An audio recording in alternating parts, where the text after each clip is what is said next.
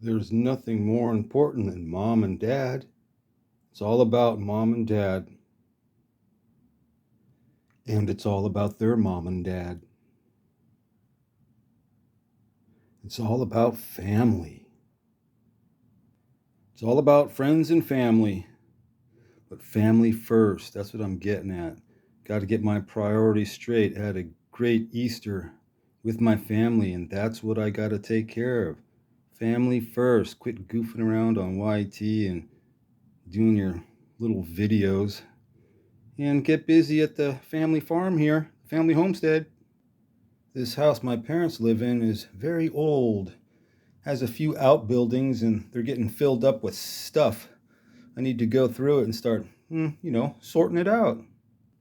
That's my mom. She's got a birthday coming up, so that's why I'm still in town. My mom had lots of friends, and she still has that same smile. Got a birthday coming up. But in all seriousness, folks, seriously, seriously, I got to buckle down, start screwing around here on YouTube and making these videos and help out around the house. Not that I don't, but, kick it up a notch, shall we say. So I'll just do a quick video here so I won't bore you guys with family photos. Quick trip down memory lane, 1970. Cool backs on these. These are the first cards my dad brought home for me. I always thought cards were going to be giant like this. That's okay. I like to trick out my binders. Here's one from all my hockey pals out there. Little brutalness by the Hound and the Hammer. There's a good documentary called The Broad Street Bullies on the Philadelphia Flyers 74 season. Great documentary. I don't have many hockey cards, so I just put them in with my basketball, all in one binder. My top loaders I put in this one here. Rick Barry, oh boy. So anyway, you guys, I'm not going to be responding to anybody or watching any videos just because I got to buckle down. I don't know about your clock, but my clock is running. And it's running for everybody, so I got to get this show on the road. One of my favorites right there. Nate Thurman, Lou Alcindor in the background. So I'll be still making some videos.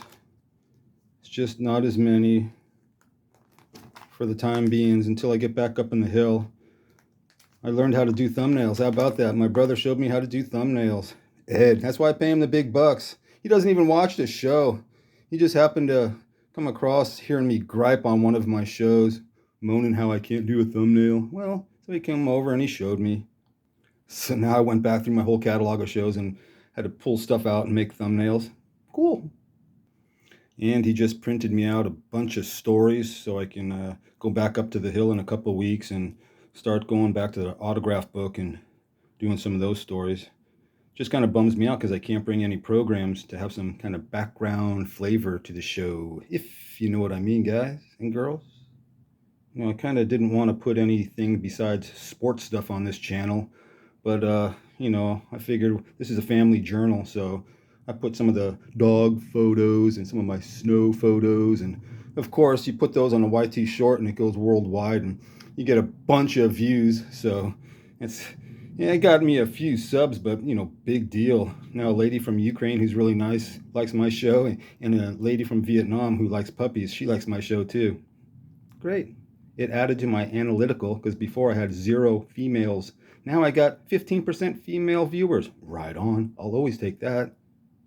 Yeah, so my view count is kind of bogus, but like I said, it's a family journal. But I'm not going to be putting any more photos of the snow scenes or ocean scenes because I want to just, keep it to the programs and the cards and keep it the way the channel was meant to be, to show my dad's collection. But now I'm starting to get into this, adding photos, family photos, and I'm kind of liking that. So, the future family can see what my family was like. That's why I'm doing this channel. Shout out to TJ Mack. Vintage Cards and Nostalgia. He's the one who really inspired me. Shout out to Keston also. Keston's Old School Comic Books. while we're at it, shout out to Stooks. Stooks Curiosities and Collectibles. Knowledgeable guy. Really like this stuff. And my main man, D's collection. Yeah, D's doing it. Oh yeah, History Through Cards. Ryan, History Through Cards. And Stories in Cardboard. Chris, great show. 70s Card Show. John, great show. Reindeer, Scott. Nutty Scott, right up my alley. I like Scott. Great show. I don't know how you guys with all these subscribers reply to all these comments. I got like 5.5 comments every few days, and it's like, geez, it takes me forever to reply to these. And that's why I'm cutting this stuff out, because I gotta, like I said, I'm gonna buckle down and deal with the family for the next couple weeks. All right, boys, girls. All right then. Trick out my binders. It's really fun. Scraps of paper I've kept for over the years. This came out of a magazine. Willie Wise, supposedly the first dunk card. I have this card. It's really nice too, actually. But I don't know. I don't know if that really is the first dunk card. Okay, let's finish it off with this. 1975, Rick Barry is at a Rains Chevrolet in Sunnyvale, California. Him and Jim Barnett.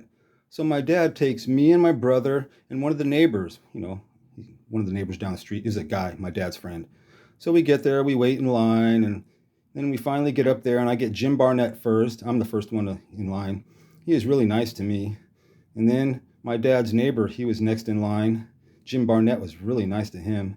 I get to Rick Barry. He doesn't say anything. He just signs, my name. And then next is my neighbor. And Rick Barry just looks up at him, because they're sitting behind a table. Rick Barry looks up at my neighbor, and he goes, "It's just for the kids." He says it like really kind of mean. Even as a little kid, I was like 4th or 5th grade. I'm all, whoa, that's pretty harsh. So yeah, his name was Steve. My dad's friend's name was Steve, and it embarrassed him more than anything. But it's like, come on, Rick. I mean, it's just a couple strokes, It's not like you're gonna ruin your shooting wrist. One of the best shooters of all time, Rick Barry.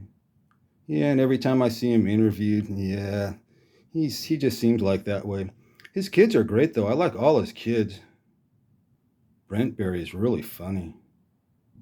Souvenir programs here. Executive producer Ed and lead goofball, the hillbilly assassin. Peace.